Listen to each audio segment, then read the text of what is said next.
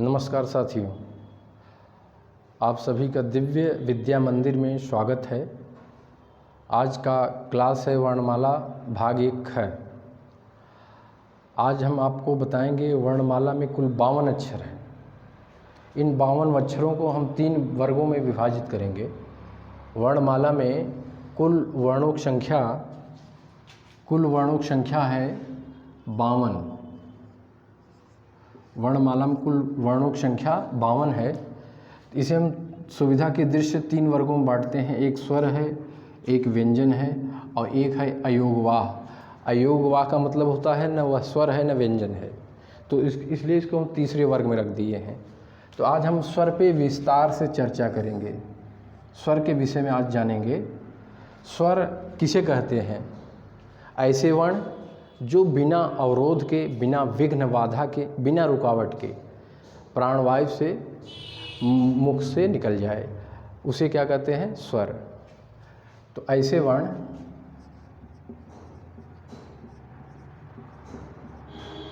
जो बिना रुकावट के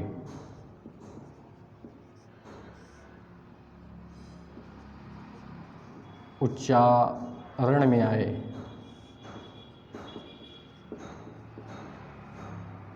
उन्हें क्या कहते हैं? उन्हें स्वर कहते हैं। ये तो इसकी एक परिभाषा हो गई। अब इस स्वर को हम 3 वर्गों में बांटते हैं। एक है मूल स्वर, दूसरा है दीर्घ स्वर,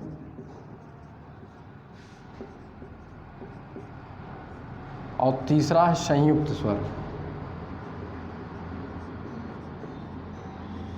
तीसरा है संयुक्त स्वर।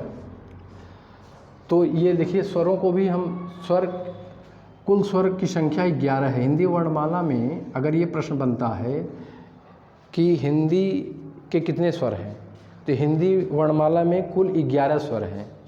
कुल 11 स्वर है। इन्हीं 11 स्वरों को हम 3 वर्गों में विभाजित करते हैं। पहला है मूल स्वर। मूल स्वर ऐसे स्वर होते हैं जो शुद्ध स्वर होते हैं, जो स्वर हैं, और इन्हीं स्वरों की सहायता से ये दीर्घ स्वर बनता है, इसी मूल स्वर की सहायता से, और इसी मूल स्वर की सहायता से ही संयुक्त स्वर बनता है। तो परीक्षा में पूछा जाता है कि मूल स्वरों की संख्या कितनी है। मान लीजिए आपको तो पता है 11 स्वर हैं, कुल 11 स्वर हैं हिंदी में, लेकिन अगर परीक्षा में ये पूछा जाए कि मूल स्वरों की संख्या कितनी है, तो मूल स्वरों की संख्या 4 है। आप जानिए इसे। एक अ है, एक छोटी ई, छोटा ऊ और री।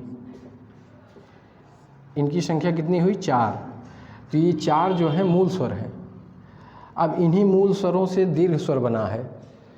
तो दीर्घ स्वर हमें 2 यहाँ वर्ग करना पड़ा, क्योंकि बना तो मूल स्वर से ही है, लेकिन एक वर्ग है दीर्घ स्वर का, एक वर्ग है संयुक्त स्वर का। उसका कारण क्या है कि ये जो है सजातीय स्वर है। क्या है? सजातीय स्वर। ये सजातीय स्वर है। और ये जो संयुक्त स्वर है, ये संयुक्त स्वर, ये विजातीय स्वर है।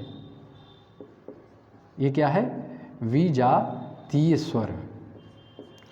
अब देखिए, सजातीय स्वर में आपका आ आता है, बड़ी ई आता है, उसके बाद बड़ा ऊ आता है। और ये सजातीय स्वर है, माने ये मूल स्वर अ और 2 अ के योग से बना है। इसलिए यह सजाति, एक ही जात, एक ही वर्ग के स्वरों के योग से ये बना है, इसलिए दीर्घ स्वर।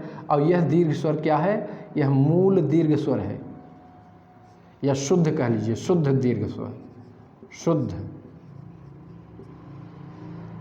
ऐसे ई भी बना है, 2 छोटी ई मिलकर के, जो कि श जाति हैं, एक ही बिरादरी के हैं, और बड़ी ई का निर्माण करते हैं। ऐसे ही सेम कंडीशन ऊ का भी है, 2 ऊ मिलकर के। अच्छा, इनकी संख्या की बात करें तो इनकी कुल संख्या कितनी आ रही है? 1 2 3, इसका योग 3 है।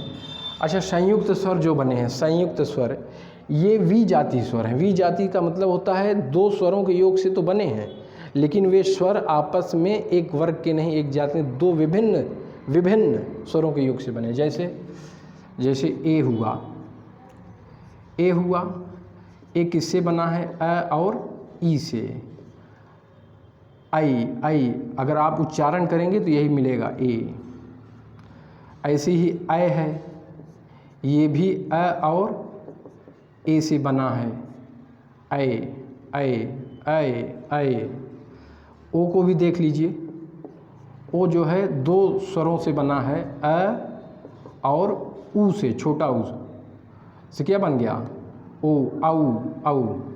और ऐसे ही औ है, औ भी जो है अ और ओ से बन गया। ये अ तो सब में है, देखिए कॉमन है, अ सब में कॉमन है, अ सब में है। यहाँ परिवर्तन हो रहा है, यहाँ अ ई आ गया तो ए बन गया, फिर यही ए, छोटा ए जो है अ के साथ संयोग करेगा तो ऐ बन जाएगा। अ के साथ अगर ऊ आएगा तो ओ बनेगा, फिर यही अ के साथ ओ आ जाएगा तो औ हो जाएगा। तो इसकी भी संख्या कितनी हुई? इसकी भी संख्या 4 हुई, इसकी भी संख्या 4 है।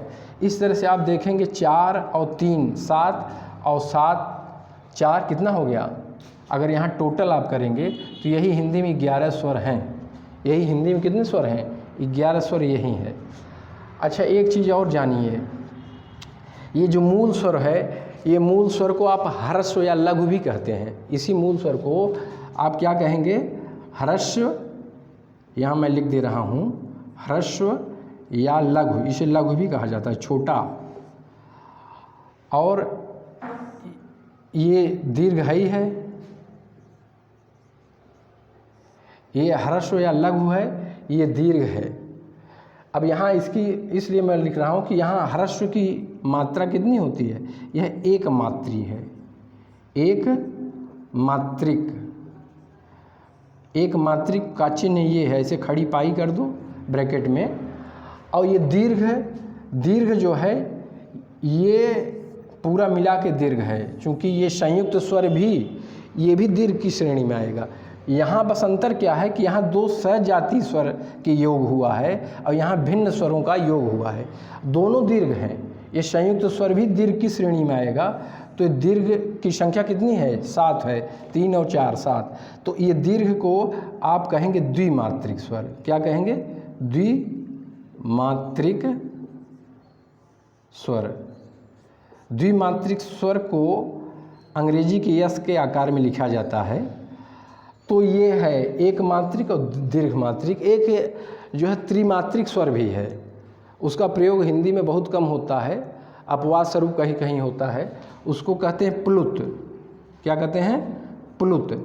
ये प्लुत है, ये त्रिमात्रिक होता है। इसका हिंदी का 3 जो देवनागरी में 3 लिखा जाता है, इस तरह से इसका ये त्रिमात्रिक है। और जैसे ओम लिखा जाता है, ओम क्या लिखा गया? ओम है। तो आप देखेंगे ओम में 3 बना है, यही है ओम। तो ये देख रहे हैं, ये त्रिमात्रिक। मान लीजिए, कल्पना करिए, ह्रस्व में अ कहने पे 1 सेकंड लगता है, दीर्घ में आ कहने पे 2 सेकंड लगता है। तो इसमें जो है 2 सेकंड से ज़्यादा लगेगा, 3 सेकंड लगेगा। जैसे अ, आ और आ।